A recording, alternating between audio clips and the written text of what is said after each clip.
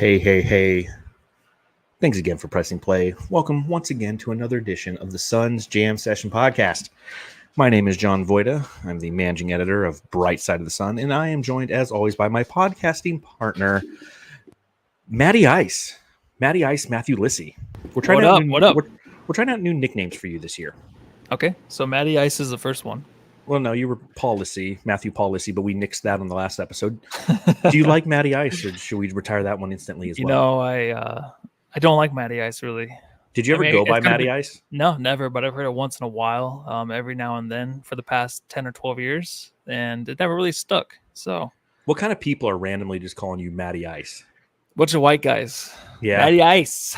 Like that, Matty Ice. Yeah, never stuck. So we can move on to something else. I'm sure the Jamsters have something, maybe in the chat, maybe some nicknames. Yeah, if you're watching along live or you're showing up or listening at a later time, put it in the chat wherever you're at. Let us know what a good nickname for Matthew is. If you're on Spotify, just leave it in the comments right there. We'll go ahead and we'll post that on the comment section so you can, what's a good nickname for Matthew Lissy? That's where we're going with. How you doing today, man?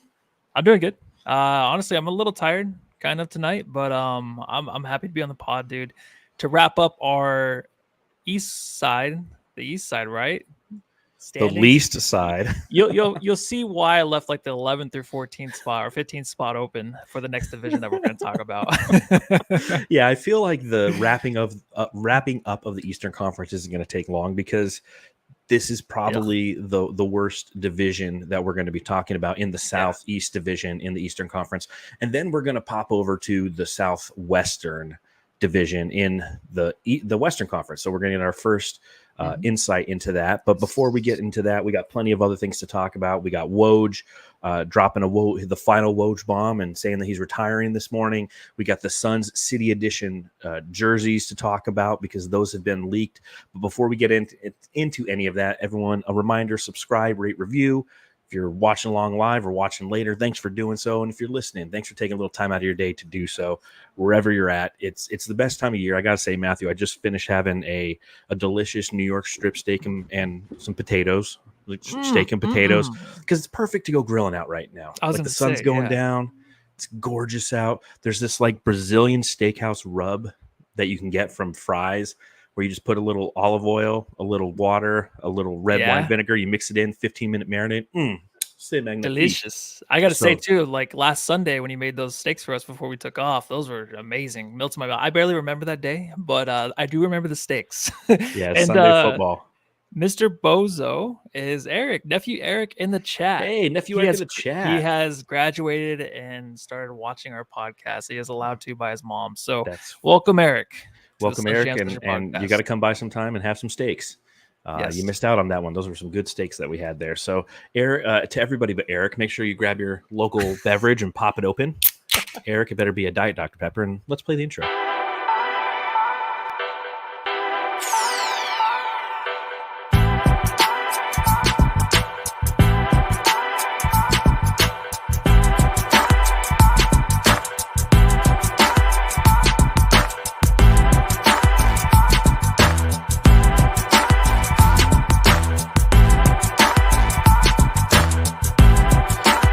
Got a Suns jam-packed show today as we're continuing our division previews in preparation for the new season that's just around the corner. We are a couple weeks shy of media day, and then boom, it's training camp and it's preseason, and next thing you know, it's opening night and it's already the in-season tournament. It's Christmas, New Year's, and the season's over.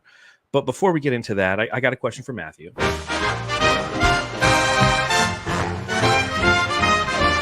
Matthew, I've got to ask. Matthew, I got to ask. With this morning's news, Adrian Wojnarowski announcing on Twitter that he is stepping away from the game. He will no longer be the person working for ESPN, providing us all with updates about all the different goings-ons in the NBA. He's retiring from that, and he's going to go be the general manager of the St. Bonaventura Bonnies, which is actually the St. Bonaventure churches where two of my little brothers were actually baptized over there in California. Oh, wow. So the question I got for you, Matthew, what is your favorite Woj bomb of all time as it relates to the Suns? Oh, there it's any Kevin Durant. memorable ones? It's Well, got to be, that's the right? thing. It's Kevin Durant, but I can't remember if it was him or Shams that broke it first. So obviously it would be Kevin Durant because that was the biggest news, the one that actually stopped my heart from. Well, you know what? Was there one before that? No, I'll go Kevin Durant. What about you? Well, I mean, so if you haven't had a chance, head over to brightsideofthesun.com. We actually ran a feature this morning about the top 5 Woj bombs in Suns history. And one of them was the Chris Paul deal. And I know exactly where I was when that happened. I was in the backyard doing some yard work. I was like, oh shit, it's happening.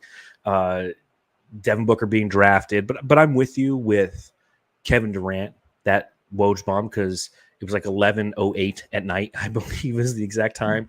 And it came through and we instantly started texting each other like, oh shit, it happened. We need to do a show right now. All right, let's go. And with the whole time, like our hearts were beating because it was something that had been rumored, and then the rumor had gone away. And then all of a sudden, pow, right in the kissa, right there in February of 2023, 11:08 p.m. on I forget what day. It was just unbelievably shocking news. And obviously, for those of us who have Adrian Wojnarowski notifications set to on, I'm going to turn those off now because I don't know if I want updates on the Bonnies and what they're doing relative to general management by Woj. But, you know, to all those, thanks, Woj, for just being that guy. That's got to be a tough life to live, right? Well, yeah, that's absolutely why I thought he retired in the first place, is because, you know, it's just the grind, and Shams has it down too. It's like, are you really going to compete for that much longer? You're getting older and you do a great job. You're A+ at your job. Now you can retire and everyone will thank you for everything that you did, except for maybe the draft and how you kind of leaked stuff before picks were released. It was annoying. Before the picks came up. That was the one thing that was kind of a bummer, but you took to stay off Twitter, which is definitely very hard for a lot of us. But he did a great job at what he was supposed to do. And I don't know what really happened. Maybe he served his time. I actually thought he was maybe going to be a deacon, you know, go to the church, because that's what he looks like. He's going to go into the cloth. He does look like a priest. He absolutely looks like part of the Catholic or the priesthood. The priesthood. So I thought that was his next steps. But I think not having him on Twitter will kind of make it less confusing now. Just have kind of Shams take over everything. Just stick to Shams. Just Shams. It's nice. Less of those Shams beat you. All those tweets every time, like Shams would release something, then Woj and vice versa. But yeah, it's got to be a tough life because you're constantly plugged into everything that's going on in the NBA. You're constantly on your phone, just writing tweets and texting people and trying to find insider information and putting that in and making sure that the source is credible and yada, yada, yada. So good for him. It's going to be a vast different lifestyle for him.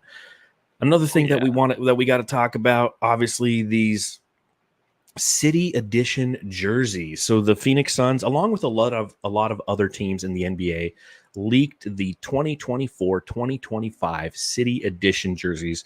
And you know it's mid-September because this is all there is to talk about on Twitter, and everybody's having their takes on what they think about these jerseys that were inspired by the 1995 NBA All-Star Game that occurred in Phoenix. So this is the 30th anniversary of that All-Star Game, so it's obvious why that is the homage.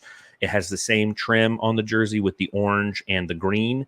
It is the purple jersey, which is somewhat interesting because that was the away jersey, a.k.a. the Eastern Conference wore that color jersey. But it does have the same star that was on that jersey. Without the cactus, that star is where the number will reside. And it says the Valley in a Western font on the chest, and then the Aztec striping down the side. So first thoughts on this, Matthew. First thoughts on this, City Edition jerseys overall. Just what's going through the head of his? First time seeing it, I didn't like it at all. I was like, oof. But the one thing that I really hate about these jerseys is the way they're displayed. And especially like if you go to like Dicks.com or something to order it.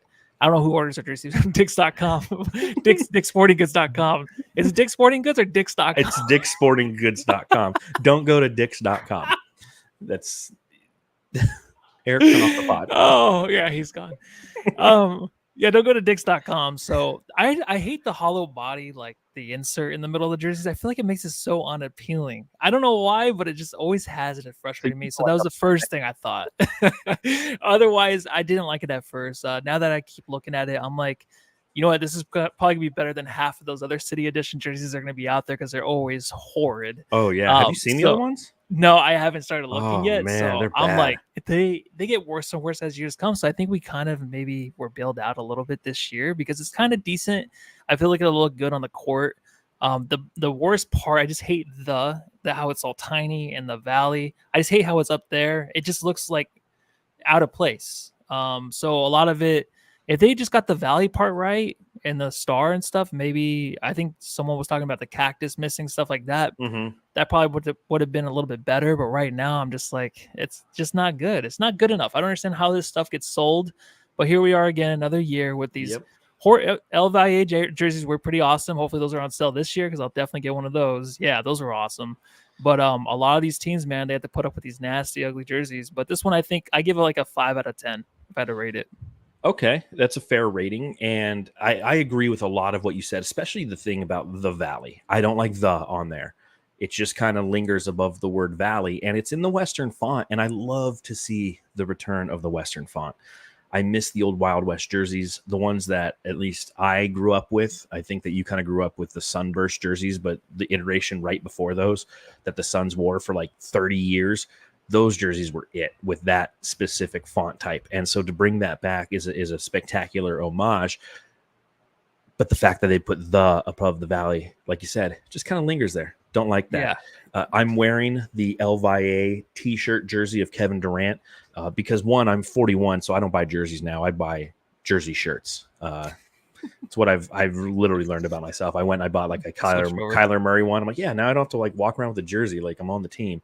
I'm just a shirt of a guy who's on the team. I don't know. But at the same time, our friend Justin from Fan in the Flames said it probably best. These things are like so close to being epic, but like so close to being bad at the same time. Now, you're correct when you put this next to all of the other jerseys that are being released and leaked right now. A lot of different websites are ranking them. The Suns are getting a top 5 ranking, and they should, because you look at some of the other ones and they're bad. Like the Lakers one it's a black to purple gradient and just says Lake Show across the front. No. The gradient. It's bad. Yes, the gradient. Heat Culture is back.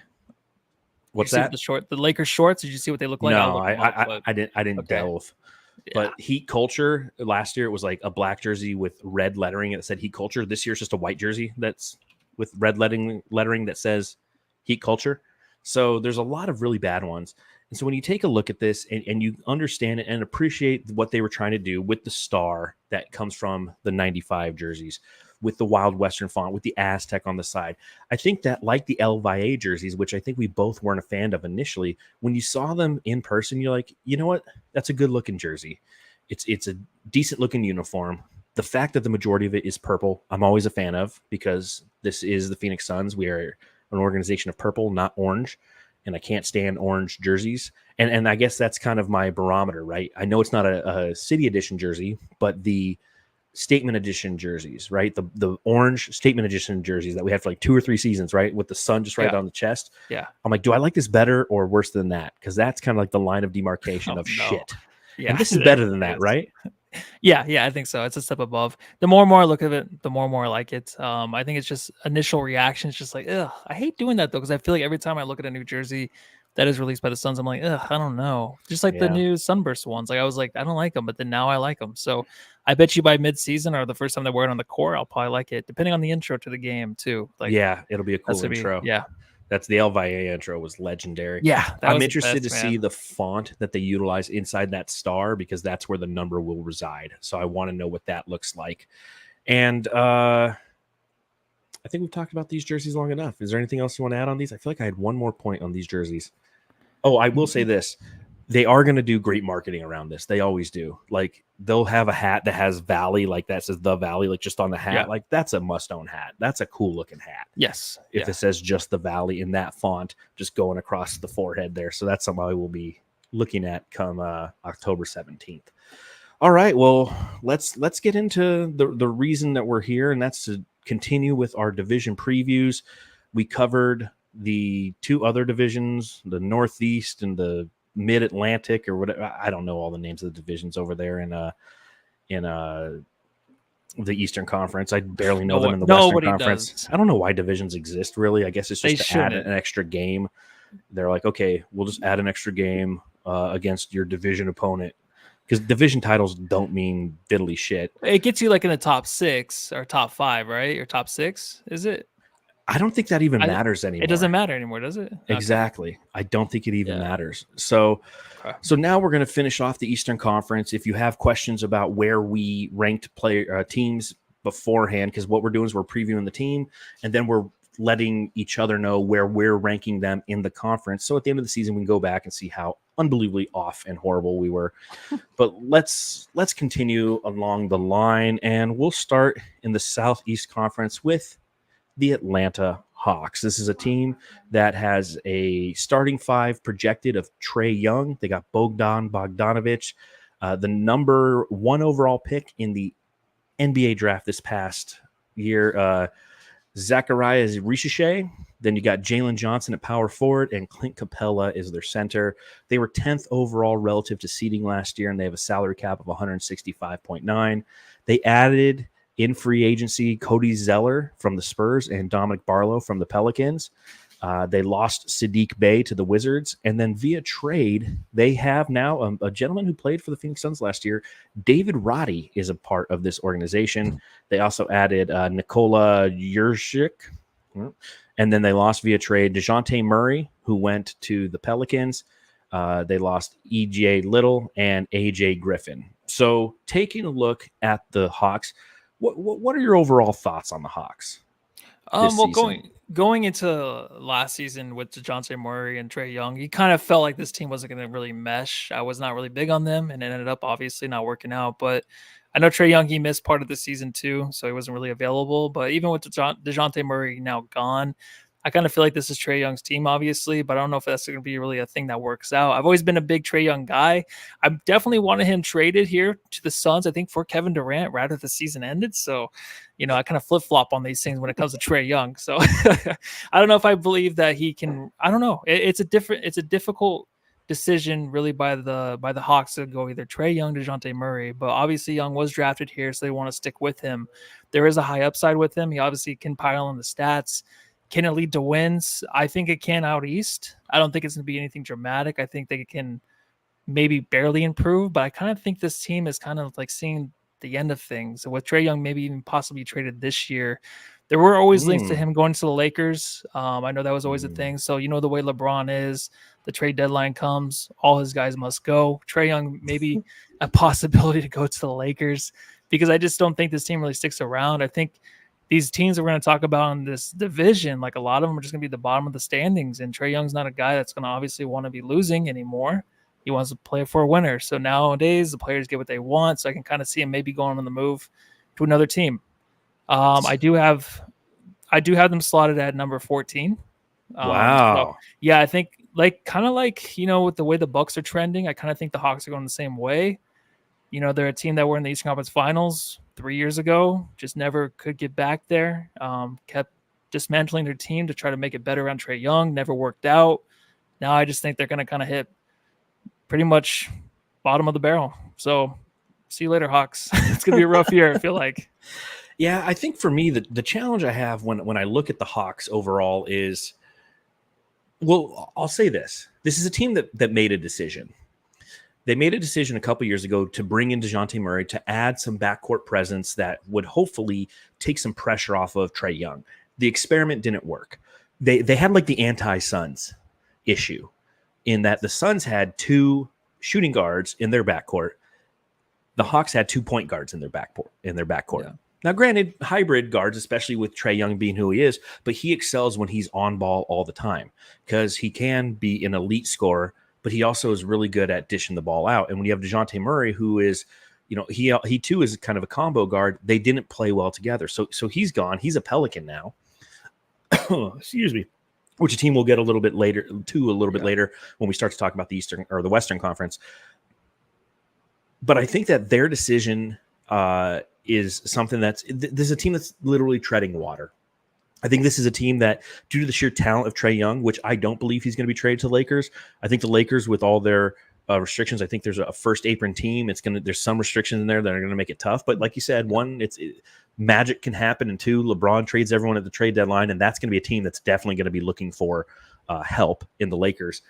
Trae Young, I think he stays there. I think that they're going to continue to just buy in completely on this guy and try to put pieces around. I just don't know if it'll work. Now, granted, this team was 10th overall last season. I'm going to put them in at 9th just because I think that there's other teams that are worse than they are.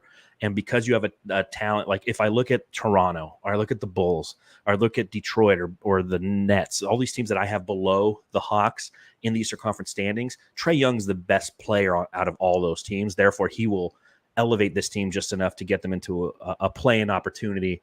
And from there, who knows what will happen. That play-in. Yeah, Sorry, the play-in in the East is always like, they're always, 10 games below 500? Yeah, it's ridiculous. Yeah, it's pretty well, bad. I mean, last year, again, Atlanta, they were 10 games under 500, and they were the 10th seed. Well, another team that's over there in the Southeast Division is the Horny Hornets, a team that's going to have LaMelo Ball, Brandon Miller, Miles Bridges, Grant Williams, and Mark Williams, a team that won only 21 games last season, Matthew, which puts them 13th in overall standings in the Eastern Conference. They added Taj Gibson and Musa Diabate. They lost Devontae Graham. They lost Bryce McGowan's. And they lost via trade Josh Green and Reggie Jackson. I think they gained Reggie Jackson. Isn't that correct? They gained. I put that on the wrong side. They gained Josh Green. They gained Reggie Jackson. They drafted Tajane Saloon with the 6th overall pick and KJ Simpson. So the Hornets, Hornets, we know how that goes. What are your thoughts on this team? Do you have many thoughts on this team? No, not really. And I think I mentioned it with the East last pod, where these guys these teams that are kind of grouped in the last 6 or 7 spots, they're kind of going to have the same record. They're going to be around the same spot. I don't think the East, obviously the West is going to be so much tighter and there's so much more competition out West, but at East, it's going to be, kind of doom and gloom, just like this podcast to start. We have to talk about these teams that are going to kind of be the bottom of the barrel, but I don't have many hopes. I do have them slotted a little bit higher than they were last year. I do have them slotted at 10. So I think that they will have more upside. Last year was a catastrophe. LaMelo Ball coming back. I don't know how much you can count on him, but he is a special player. He's still an all-star. So I think that gives him a little bit more of an upside. If he can stay healthy, this team should be in range to make the play-in. I don't have much on Charlotte. Again, 13th overall seed last year. I have them at the 15th seed. Nice. They have some talent. They don't have much depth. They have some talent. Brandon Miller's fun to watch. Gosh, we know. Were you at the game with me when Brandon Miller was going crazy against Charlotte? No, I went to one of them. I don't know if that was it. Well, it would be the only one because they only come to town once a year. Yeah. So because I just remember walking around by myself, and I'm like, okay, yeah, we weren't always together. So that's one where I went with our buddy who was in finance. With the Suns. So you were covering the game for Brightside, and I was up in the stands just watching Brandon Miller cook. But at the same time, I don't see much improvement with this team. I see regression. It's Charlotte, a team that they're very unentertaining, and I don't want to talk about them anymore. So on that note, we're going to go ahead and we're going to talk about the Orlando Magic. This is a team that added Kadavius Caldwell-Pope. They lost Joe Ingles. They lost Chuma Okeke. He ended up with the Knicks. They drafted Tristan da Silva, a guy that you were kind of high on in the draft with the 18th overall pick. Yeah. And outside of that, that's all the movement that they have. This is a team that's kind of running it back, a team that's going to have Jalen Suggs starting. Kadavius Caldwell-Pope's going to slot into that too. You have Franz Wagner and Paolo Banchero in the forward position, Wendell Carter Jr. at the center. They didn't bring back Markelle Fultz, but a team that last season, 47 wins, 5th overall in the Eastern Conference standings, salary cap at 150.4. I guess I'll start with the Magic. This is a team that I just feel like is right there.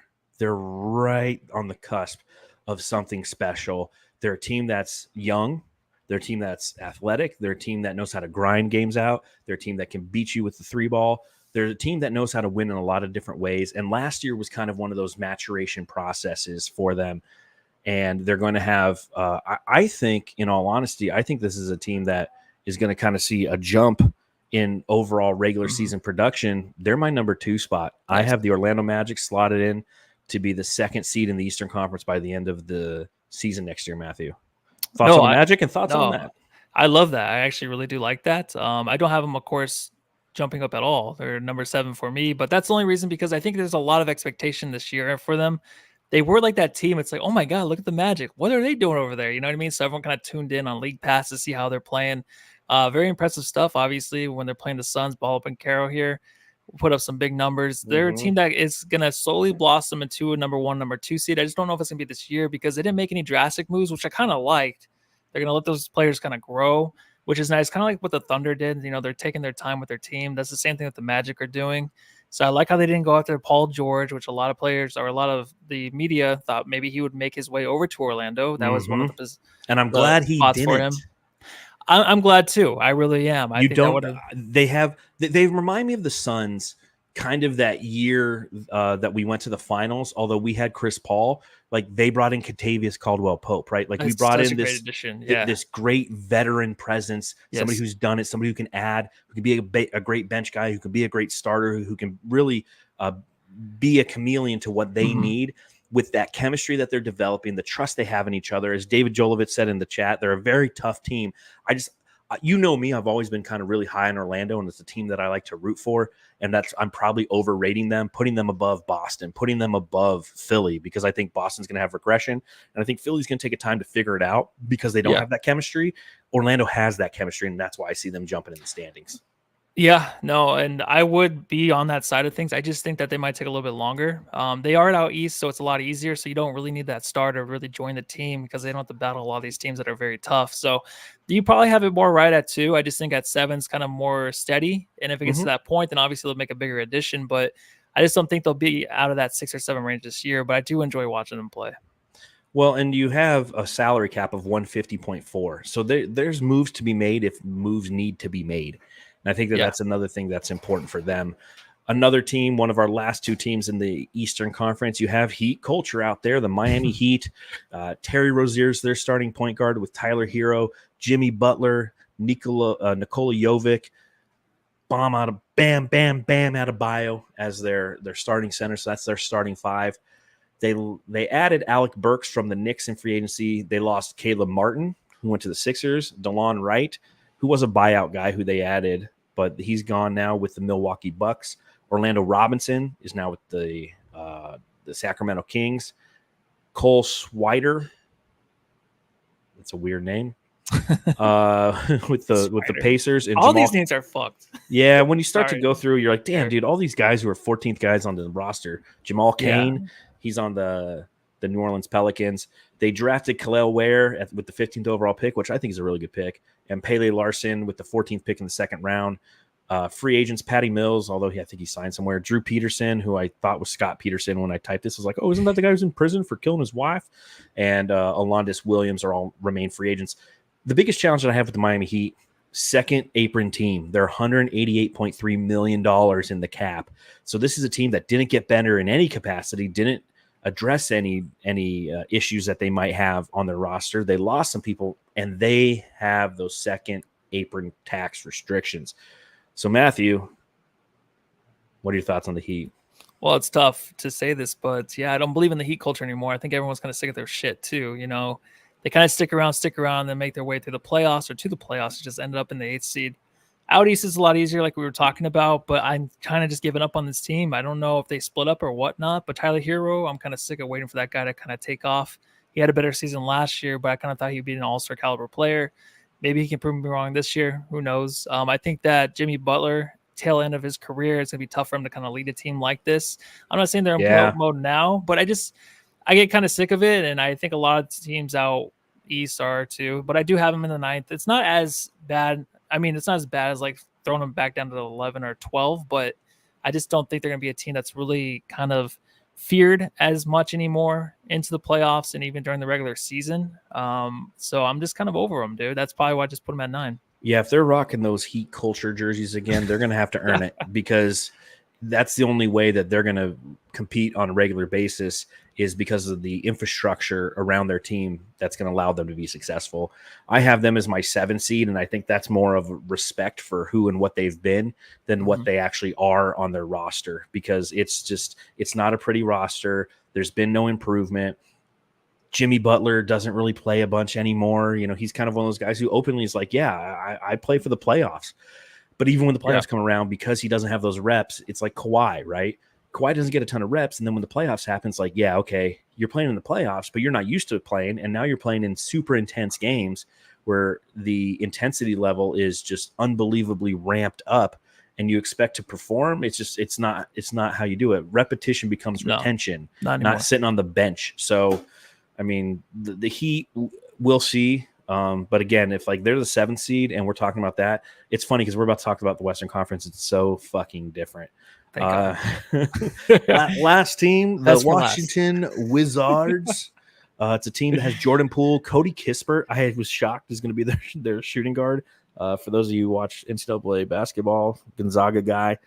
Kyle Kuzma's still out there. Alex Sarr, who's the number 2 overall picked in the draft. Jonas Valanciunas is now over there in Washington. They added Sadiq Bey. They lost Tyus Jones. And they traded for Valanciunas by working a deal. It says via trade. I forget how they got him. But they gained Malcolm Brogdon and they lost Denny Advia. So, you know, a team 15 wins last year, 160.9 on the salary cap. Do you see improvement for this team? They were 14th last year. Well, I guess I could find out the answer to that question by simply just looking at the only spot you have left. Let's see. You have them dropping. I got them at 15. I don't know. No, there's nothing really in sight for this team where it can make anything. I don't know. It can't really keep this fan base very happy. I don't think for much longer the way things are going, especially after Alex Sarr. You know, I hope I'm wrong because I really liked his highlights. He had a really like horrendous summer league as a number 2 pick. And it's just a Wizards thing. I feel like a lot of these guys out there on that team are just kind of just there to party, right? Kuzma, Poole, they're there to party. They're making money. They're partying. They're on boats. Poole's already locked up his legacy, man. I mean, he's like, my legacy's locked up. I want a championship. Like, this team's Kuzma's fine. He's the coolest man out there, dude. Like him, I saw he was on D-Book's Instagram. And he's still out there looking good and just not caring. He's on the Wizards. He doesn't give a fuck. That's how this team is. And until they get some other players in there to kind of turn around this franchise, then they're going to stay at 14 and 15. But 15. Well, and 14 is where I have them. I don't have them improving much. And maybe I could have. Adding Jonas Valanciunas. Adding, who else did I say that they added? That's actually kind of a decent add. Sadiq Bey, adding Malcolm Brogdon. You are adding some depth there that should play in your favor. But it's like with Washington, until I see it, I just don't believe. And that's just where I land on Washington. So a recap of our Eastern Conference predictions. We'll post this on Twitter for everyone to see. But I've got, in order, Knicks, Orlando, Boston, Philadelphia, Milwaukee, the Pacers, Miami, Cleveland, Atlanta, Toronto, Chicago, Detroit, Brooklyn, Washington, and the Hornets. Matthew's got the Celtics as the number 1 seed, and then it's the Sixers, the Knicks, the Cavs, the Pacers, the Bucks, the Magic, the Bulls, the Heat, the Hornets, the Raptors, the Nets, the Pistons, the Hawks, and the Wizards. So that's it for the Eastern Conference, and I'm glad because it's we are a Western Conference team and podcast, and these are the teams that we're going to see the majority of, and these are the teams that we know. And I feel like, gosh, going through this, I text you today about it, and I was just like, Matthew, this is tough. How many times did it change? Like my top 4 changed at least 10 times, I feel like. And I'm still not sure about it because it's so interchangeable. It's ridiculous. Yeah, I was going through mine and I was just like, oh, man, like what do you do with Houston? This is a team that potentially could be really good.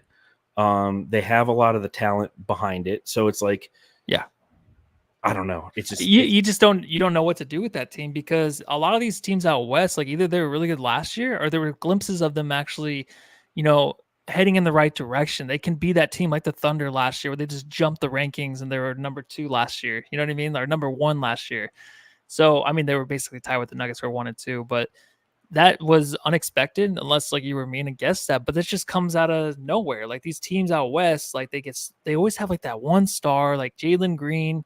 Maybe could be this year's like SGA. Not saying that they're the same type of player, but just they always have those guards out west that just kind of take over. They make the All-Star team. They average 28 points and like 8 assists. Like all of a sudden, like they own these teams they're on, and they lead them in a great way. The coaching is way better out west, and I don't know. You just never know with these teams. Even the Spurs, man, it's really up.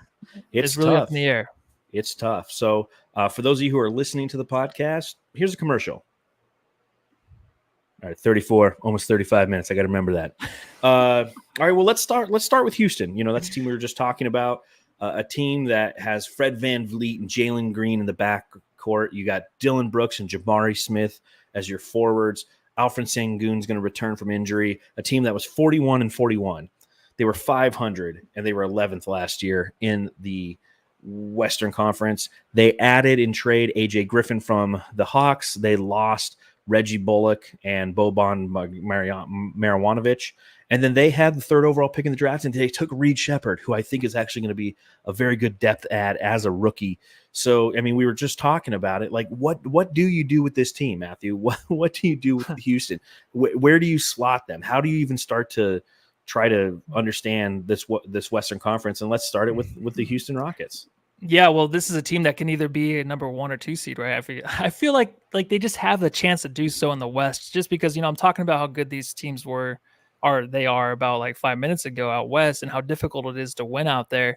But also a lot of these teams too, they like to rest their players too, and they don't take the season as serious as a lot of these teams that are up and coming, like the Rockets, with the young players that have to prove something. So they have a chance, just like the Thunder last year, to kind of jump the standings, and I wouldn't be surprised if they do.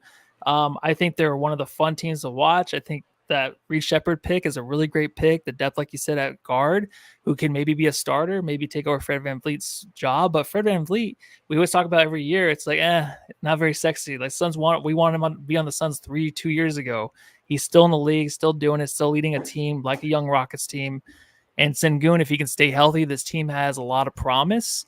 I don't think they're going to be in the top 6, but I do have them planted at number 8. So I do think they're a playoff team, a play-in team.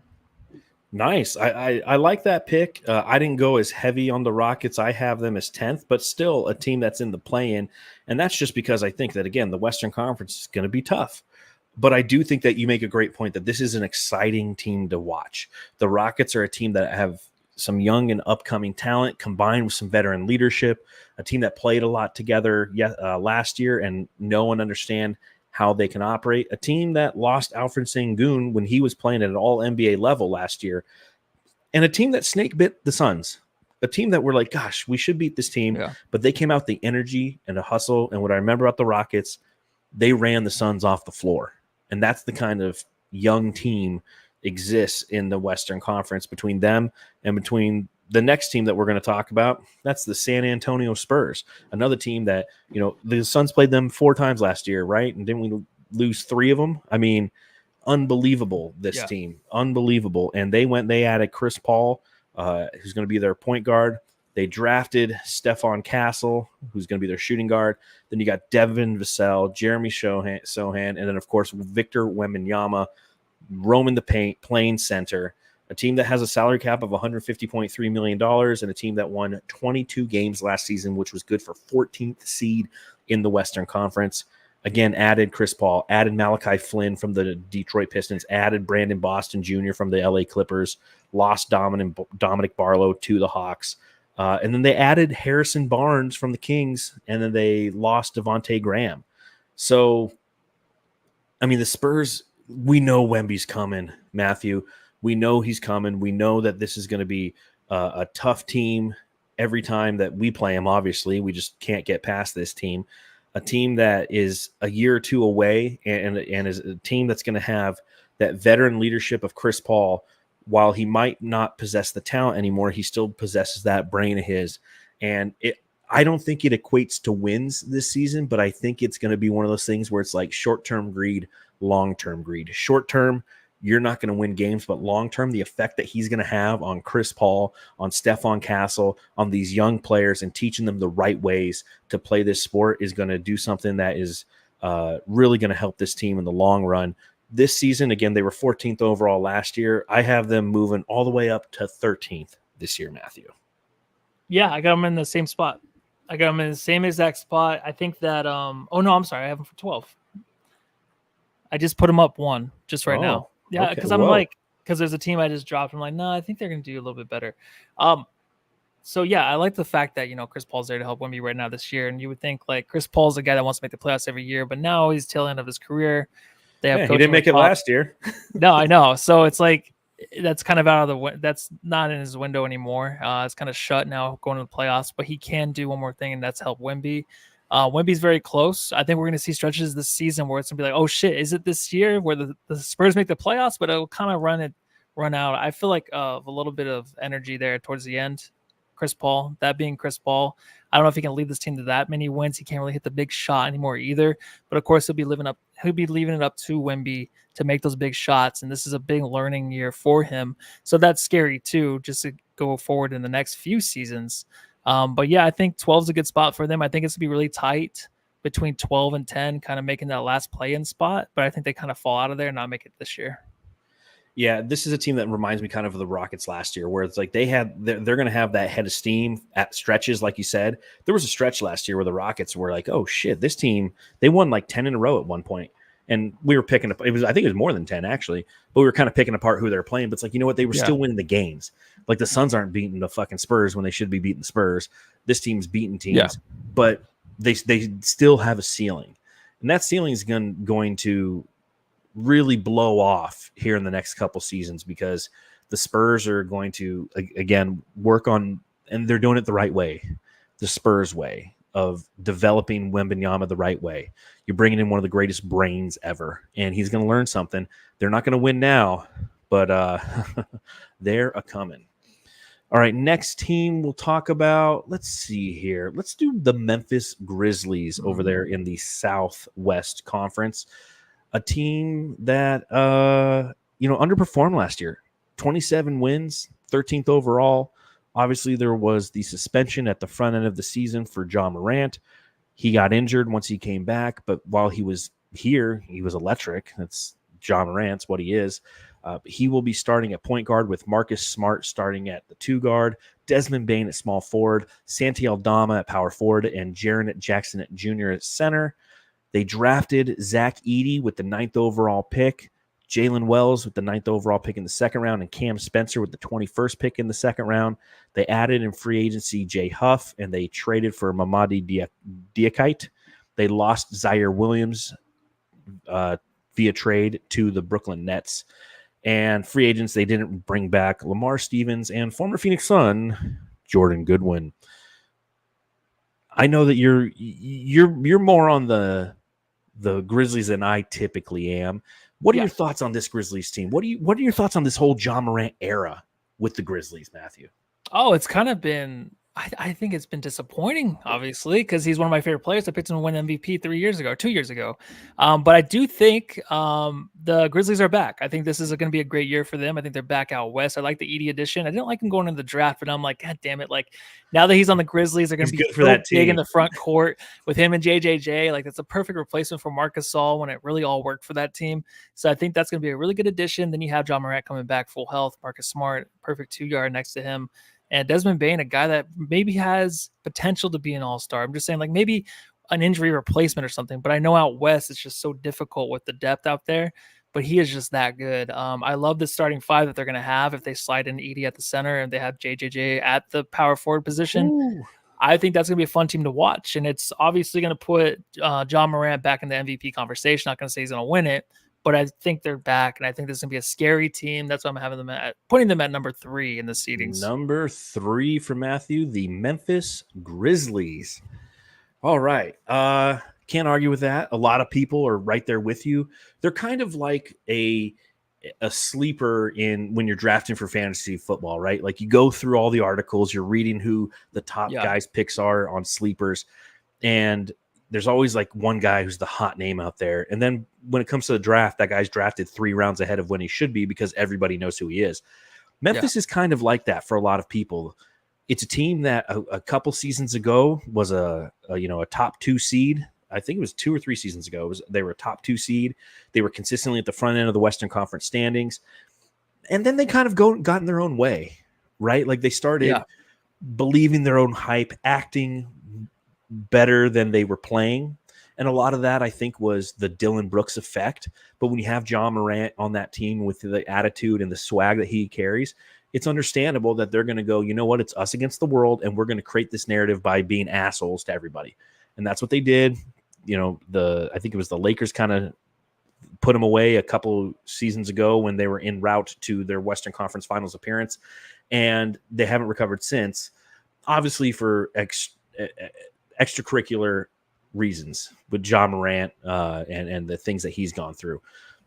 That being said, they do have a different approach, I feel, this year. The Marcus Smart leadership, another guy who Matthew's really big on. That's probably why he's third. This is a third for you. You love Morant. You love Marcus Smart. There's some maturity here. Edey's going to take some adjustment, I feel. I think that this is a team that a lot of people are coming out and a lot of people are super hyped up on. I believe that this is a team that will be in the play-in, and I have them at the 7th seed. I just think that there's some other teams that are more talented in the Western Conference, some teams that possess more continuity and don't have some X factors. I think that the Grizzlies have some X factors. They are going to have to learn to replay with each other again. Now, that being said, like you said, John Morant's potentially going to be an MVP candidate, at least in your eyes. He has the ability to make up those around him better. I guess I just have to see it again. Yeah. That's it's hard to remember. It's hard. It seems like 10 years ago almost. It's quite a long time ago. It's just yesterday, but it feels like it's been a while since we've seen him really kind of take over and lead a team. Like, there's one thing to watch John Morant do what John Morant does, because he's an amazing, amazing basketball player. Yeah. But he's got to make those around him better now. He doesn't have his enforcer in Dylan Brooks like he did a couple years ago. So it's going to be interesting. And I'll probably be wrong on that one, but I'm slotting them in at 7th. All right, next team, second to last team we're going to talk about today over here in the Southwest Division is the New Orleans Pelicans.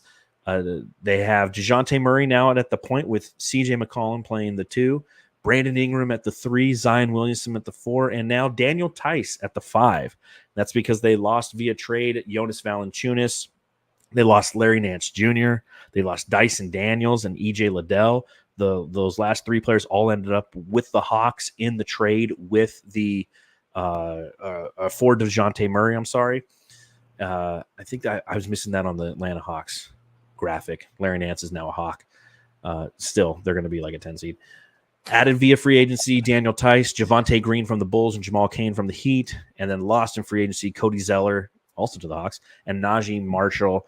They did draft Yves Missy with the 21st overall pick, somebody who I was very, very high on when it came to the draft. You know, this is tough because the Pelicans a couple seasons ago, I feel, were one of those teams that, God, I thought they were just so close to being an amazing team. They had, like, when you build a roster, you build it like the Pelicans were built. You're like, okay, you have a scoring, you have a good 2 guard, you have a good point guard. Remember back when they even when they had Lonzo Ball, but after that, God, who was their point guard when we played him in the playoffs? Was it CJ? Yeah, I think it was CJ because they were playing like Herb Jones at the 2 and things of that nature. You put a powerful power forward like Zion, who's a generational talent, with Jonas Valanciunas to be the big bully on the inside. You got 3-point shooting, you got physicality, you got athleticism, you got Brandon Ingram who can do a lot of those things, and it just never came to fruition. And now we're on the backside of that, in my opinion. There's some questions about Brandon Ingram. It's somebody who they tried to shop all summer and no one was really biting because his contract expires at the end of the year. So you can trade him, but you're not going to get a lot of value because they're like, okay, it's a 1-year rental, and then who knows what this guy's going to do. You got Zion Williamson and all of his health problems. If he plays 60 games, this guy he's an MVP candidate with how he plays, but can he play 60 games? You've changed some things up. With all of that considered, taking a look at everything that the New Orleans Pelicans are, I'm going to go ahead and I'm going to slot them in the 9th position. Woo. And I still feel that might be a little too high, Matthew. What are your thoughts on the Pelicans? Yeah, how dare you? I actually got them a spoiler at 13, only because I don't believe in this team at all. I know you can add DeJounte Murray and be like, oh man, what a name to add to that lineup, but I feel like you got 3 guys there with Ingram, Murray, and Williamson that want the ball to be the number 1. I don't believe in Zion Williamson anymore. I'm kind of off of it. I think he's a fantastic player, but he's not a guy you want to build a team around. He's just injury prone. He's just like a younger Kawhi. Yeah, Kawhi won the championship, but I feel like he's like the Kawhi now. You know what I mean? But at a younger age, where he's just kind of like sifting through the years and just playing games here or there. Wasn't in the playoffs last year to help his team. I just maybe I get to give it a couple more years with him. I guess he is a big, but I'm just kind of done with it. I don't think he's a guy that you can build around. He doesn't have that winning kind of factor that you want in a player. We've seen it with Ayton. Obviously, he's a little bit more aggressive than Ayton, but there's just something about him, dude, where he just is disappearing every time they need him. So I don't know if he ever turns around. I'm sick of believing in these guys where they start their careers off this way and you think things will be different. It's like, no, I'm kind of done with it. So they're going to be 13 for me. And Brandon Ingram, he's got to be a guy that's on the move. I know a lot of teams aren't interested, but he has to be on the move. It's been too many years where he's been in trade talks with this team. So he's definitely unhappy.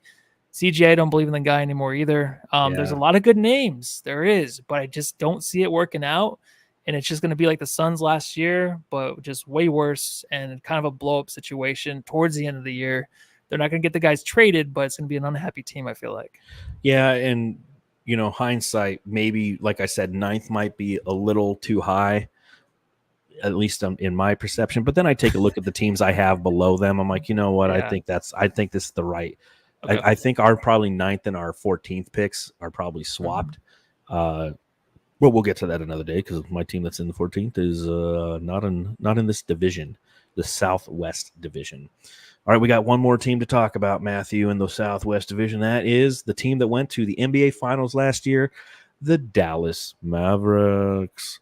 All right, they did some moves this offseason. A team that's got $180.9 million in salary, which puts them as a first apron team. 5th overall last year in overall record in the Western Conference. They won 50 games, which put them 5th. And they made that march to the NBA Finals, beating the Minnesota Timberwolves in the Western Conference Finals to ultimately put them up against the Boston Celtics to lose in 5 games. They're starting 5, Luka Doncic, Kyrie Irving. They've added Klay Thompson. PJ Washington is now their power forward, who they acquired at the trade deadline last year. Daniel Gafford is now in his 2nd year at center for them. They added via trade Klay Thompson and Quentin Grimes at the same time. Klay Thompson and Quentin Grimes both came over via trade. They added Najee Marshall from the Pelicans. Spencer Dinwiddie is back. You might remember Spencer Dinwiddie from his run in 2022 when he helped beat the Suns in the playoffs. And Kessler Edwards from the Jazz. They lost in free agency Derek Jones Jr. to the Clippers, and via trade Tim Hardaway Jr. and Josh Green. And they had a 2nd round pick, the 28th overall pick, so they didn't add anybody in the draft. All right, Dallas Mavericks. How you feeling, Matthew? It's a what if with Klay, but I'm actually just high on this team. I love the pieces they put around him last year midseason with PJ Washington and Daniel Gafford. I like the fact that they have Lively. He's a backup center right now, but I feel like he's a guy that can be a potential all-star in the future. This guy's an all-out hustle guy, but he's really efficient. I feel like he can play, obviously, with the 2 best passers in the league at that position. He's going to be destroying the Suns for years to come, I feel like. Great pickup by them in the draft last year. I love their top 9, man. They have a lot of depth. They have 2 of the best players. I know the thing is Luka gets in shape as the season goes along, but I think this is a different kind of year. I think they made the finals last year. I think Luka really had a taste of it, and he wants to get back there. I think he takes it more serious this year. This is going to be a scary team. I do have slotted as number 2. Out west. Number 2. I think it's going to be a good year. I mean, you haven't really heard anything from Kyrie. Last year, he was very quiet about everything and kept it to basketball. Making the finals was a big leap for them. Obviously, playing a team like Boston, who was rested all the way up to the finals, it's kind of hard to defeat that team. But that team was definitely very scary in the playoffs, and I look for that team. It's a lot of hustle, a lot of defense. It's a perfect team out west that kind of just get on those 10-game win streaks. So, yeah, that's a good point. Man. Yeah, they can definitely rattle them off. And Suns Geek, one of our good buddies, is in the chat, and he says Mavs had a great offseason, and they will be really hard to beat, in his opinion. So Suns Geek is right there in his thinking with you in thinking that this will be one of the top-tier teams in the Western Conference. How do I feel about the Mavs? It's tough. So this is a team that was 5th overall last year, right? And they had some of those 10-game win streaks, and they had their peaks and valleys too. This is a conference that's going to be beaten up on each other. That's the one thing I continue to remind myself, as I'm sure you did, as we were putting together our overall standings predictions, because there's just so much talent in the Western Conference. The Mavericks are a team that, in my opinion, they got worse defensively. So they had a PJ Washington at the trade deadline, and that definitely helped them. And Gafford is a decent center. But Klay Thompson can't defend. Kyrie Irving can't defend. Luka Doncic, you guessed it, can't defend. So they will have their challenges as it pertains to defense as a team. Now, you look at last season with the Mavericks, defensive rating was 18th overall. Their opponents' points per game were 20th overall. And again, that's a team that I think got worse defensively. So, when I start to play this game, we start splitting hairs a little bit. And I'm going to go ahead. I'm going to slot them in the 5th seed. I think that there's some other teams that, as I've gone through this, that I think are solid on both ends of the floor, have some continuity, and Dallas will have that this year. And you're right, and I'm probably wrong again. Like right now, you have Dallas the 2 seed, Memphis the 3 seed. I have Dallas the 5th seed. The Grizzlies is the 7th seed. We're both very different, and we both could be very right, and the other could be wrong. It's that that's just how the Western Conference is. It's really hard to put forth your predictions on these things and be right, because it's so razor thin. It's going to be so dependent on injuries. Yeah. And I tried to factor that in a little bit with the Mavs. I feel like the Mavs, I feel like Memphis, they're injury prone. At least in this case, I'm going to make that. But like when I have teams above them, they're like, well, that's an injury prone team. I'm like, yeah, but I think they're going to be better. So you really can't, but that's just where I fall with the Mavs. Yeah, it's difficult, but because I'm putting a lot of trust in Luka to kind of stay healthy all year. But I'm just, when I'm looking at their top 9, I'm like, that's really difficult to play or to beat this team. And if you're gonna look at everything out west and you're like, if these teams can stay healthy, they're just my favorite team other than the Thunder. I mean, last year going in the playoffs, I was scared of the Mavericks. I thought they could pull together, but it's just about taking it seriously. And then in the West, like I said earlier, like a lot of these teams like the rest, but this team might take it seriously because they have like the youth and lively. They have guys like Klay Thompson, that the redemption, that kind of side of the story. Like he's going to want to play tough and he wants to kind of get his career back on track, which is going to be very difficult and hard to believe in. It's going to be difficult. It's one of those things that if it does come into play, that team's going to be almost unstoppable. So I'm on the side of that where it's going to work out and this team's going to be almost unstoppable. All right. Well, again, that's why it's September. We're making predictions. A quick rundown of our Western Conference standings thus far. We still have 2 divisions to go, but currently I have the Mavs in 5th, the Grizzlies in 7th, the Pelicans in 9th, the Rockets in 10th, and the Spurs in 13th. Matthew has the Mavs in 2nd, the Grizzlies in 3rd, the Rockets in 8th, the Spurs in 12th, and the Pelicans dropping all the way down to 13th. So a good start here. We've got 2 more divisions to talk about, which we will do so on Friday. We've got the Northwest division, which has the Thunder and Nikola Jokic and the Denver Nuggets. And then, of course, we're going to close out our division previews with the Pacific Division, our home, the Phoenix Suns. It'll be interesting to see where we both have the Suns slotted this year, because tough. It's tough, man. But that's the fun part. And like again, like I texted today, I was just like, dude, I don't know what to do with half these teams. Like I could be way off or right on. Like these two, I had the Mavericks. Confident. I had the Mavericks in like the play-in when I first started doing it. I'm like, wait, hold on. No, let's go number 2. I did, and I got them all the way up to 5th. Like you continued going. You're like, okay, they're gonna make it all.